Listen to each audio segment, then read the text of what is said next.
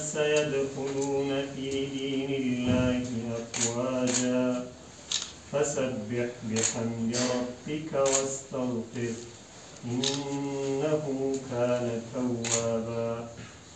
صدق الله العظيم.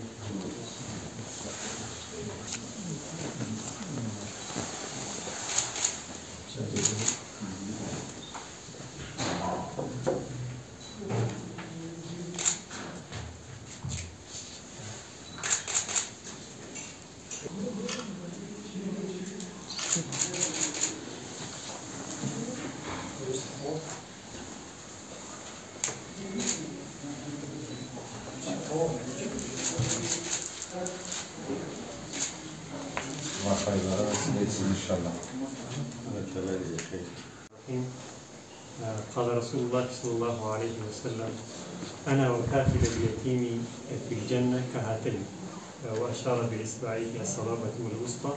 أما بعد، ډیر خوښ یم چې نن د بشایر خیریه بنسټ د افغانستان اسلامي امارت د شهرسازۍ محترم وزارت سره دا توافقنامه لاسلیک کړه چې دې له مخکې به د افغانستان.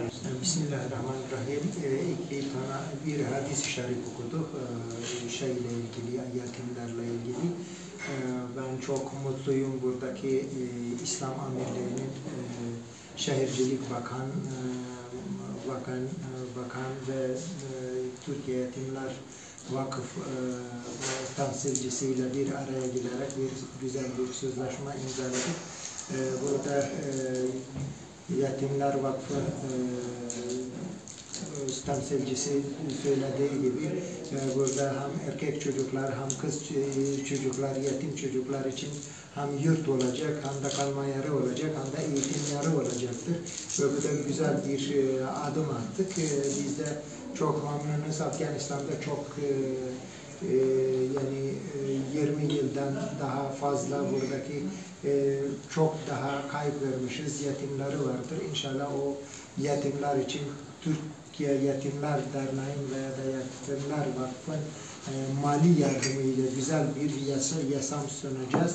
Bu Afganistan çapında küçük adım olsa bile ama Afgan için çok büyük bir adımdır yetimler için. Onlara sahip çıkmak için büyük bir adımdır ve bizim için çok büyük bir değer taşımaktadır. Geldiğiniz için, katıldığınız için çok teşekkür ederim. Esselamu Aleyküm ve Rahmetullahi ve Berekatuhu.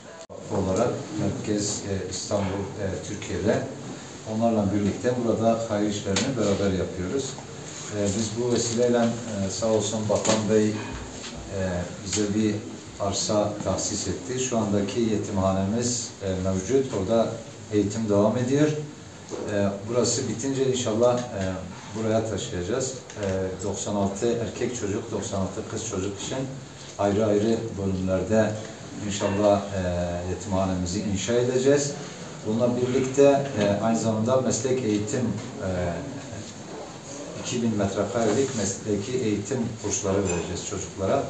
Eğitim alanında başarılı olmayan öğrenciler olursa inşallah onları da meslek eğitimi noktasında eğiteceğiz inşallah. یو جریب ظاهر کړی دی چې هغه ځای کې به د مسلکي زده کړو زمینه ورته برابره کړو. نو موږ هم د استانبول نه راغلي په همدې مخامل د دوی سره خپل قرارداد لاسلیک کړ.